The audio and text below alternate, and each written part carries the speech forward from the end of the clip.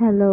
তো এই যে সকাল সকাল আমার রান্না শুরু হয়ে গেছে। আজকে মেনুটা একটু বেশি আছে, চিচিঙ্গে ভাজা হচ্ছে আর উচ্ছে, আর এদিকে তোমার হচ্ছে যে ঝিঙে আলু পোস্ত, আর এই যে ডাল সিদ্ধ করেছি, মটরের ডাল। তো এই ডাল হবে, এই যে পোস্ত বাটা দেখতেই পাচ্ছ, আর এই যে মানে আম ডাল হবে মটরের ডাল দিয়ে, কিন্তু পুরোটাই কিন্তু নিরামিষ, কোনোটাই আমিষ না।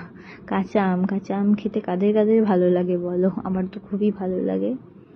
এই যে উচ্ছেটা হচ্ছে, মানে উচ্ছেটা এইরকম ভাবে ভেজে চচ্চড়ি হবে, মানে তারপরে ঝাল হলুদ দিয়ে, আর এই যে আলু দিয়েছি, হলুদ টলুদ সব দিয়েছি। আলুটাকে আগে ভেজে নিচ্ছি, তারপরে তোমার ঝিঙেটাকে দিলাম, কেন ঝিঙেটা তাড়াতাড়ি গলে যায়, তো ওর জন্য ঝিঙেটা লাস্টেই দিয়েছি। তারপরে ওটাকে ভালো করে করে নিয়ে ঢাকা দিয়ে তারপরে পোস্তটা তারপরে দিয়েছি। তো যখন পোস্তটা দেবো দেখো সবাই, এই যে পোস্তটাও দিয়ে দিলাম। তো এবার নাড়াচাড়া হচ্ছে।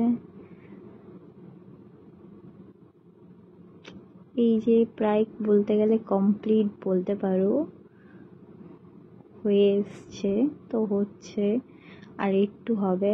আর এই যে পরের দিন সকালে এটা মামির জন্য, মানে আমরা সবাই চা তো সকাল সকাল উঠেই খেয়ে নিই, তো মামির জন্য চা গরম করে দিচ্ছিলাম, আমাদের যে মানে কাজ করে সে। আর এই যে হচ্ছে যে ডাল ভিজানো আছে, এদিকে আদা রসুন ডিম পেঁয়াজ সব কেটে রেখেছি। সোয়াবিন দিয়ে ডিম দিয়ে আর আলু দিয়ে হবে। কেউ কখনো খেয়েছো? আমিও ফার্স্ট টাইম অবশ্য এটা খেলাম। আমাকে বললো আমার শাশুড়ি মা ওরকমভাবে রান্না করতে, তো আমি করলাম ফার্স্ট টাইম এটা আমারও টেস্ট করা। তো এই আলু দিয়ে সয়াবিন দিয়ে ডিম দিয়ে এটা রান্না করা। তো এই যে ডিমটাকে ভেজে নিচ্ছি, তাও বেশি না, 2টো ডিম করলাম, কেননা হচ্ছে একটা হচ্ছে যে আমার বর খাবে আর একটা ঠাম্মা। তো আমি বলেছিলাম আমি এই ডিম খাবো না, কেননা সোয়াবিনটা পড়লে স্বাদ লাগে না, কেমন একটা লাগে। তো ওর জন্য আমি যে পোচ করে যে ডিম, সেই ডিম আমি খেয়েছি, তো আমি এটা খাইনি। যাই হোক, এটা করা হচ্ছে। এগুলোকে তুলে নিয়ে তারপরে সোয়াবিনটাকে ভাজা হবে। সোয়াবিন, তারপরে পেঁয়াজ, এই যে লঙ্কা আদা রসুন পেস্ট করা হয়েছে, পেঁয়াজও দিয়ে দেওয়া হয়েছে। এবার পেঁয়াজটাকে লাল লাল করে ভেজে নেওয়া হবে।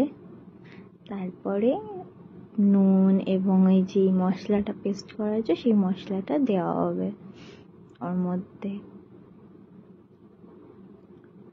তো অল্প তেলেই, বেশি না বলে, যেহেতু অল্প তেলে আর পেঁয়াজটা পরিমাণে একটু বেশি আছে, কেননা বলেছিল যে গ্রেভি খাবে, ওর জন্য গ্রেভি করা হয়েছে। তো এই যে এবার আমি একটু নুন দেবো। তো যাই হোক, নুনটা দেওয়া হয়ে গেছে, সেটা তোমাদের দেখাইনি, কেননা আমার হাত এঁটো ছিল, আমাকে হাত আবার ধুতে, এক হাতে ভিডিও করছি আর এক হাতে তো যাই হোক এঁটো কাটা মানতে হয়। তো এই যে সব মশলা দিয়ে দেওয়া হয়ে গেছে।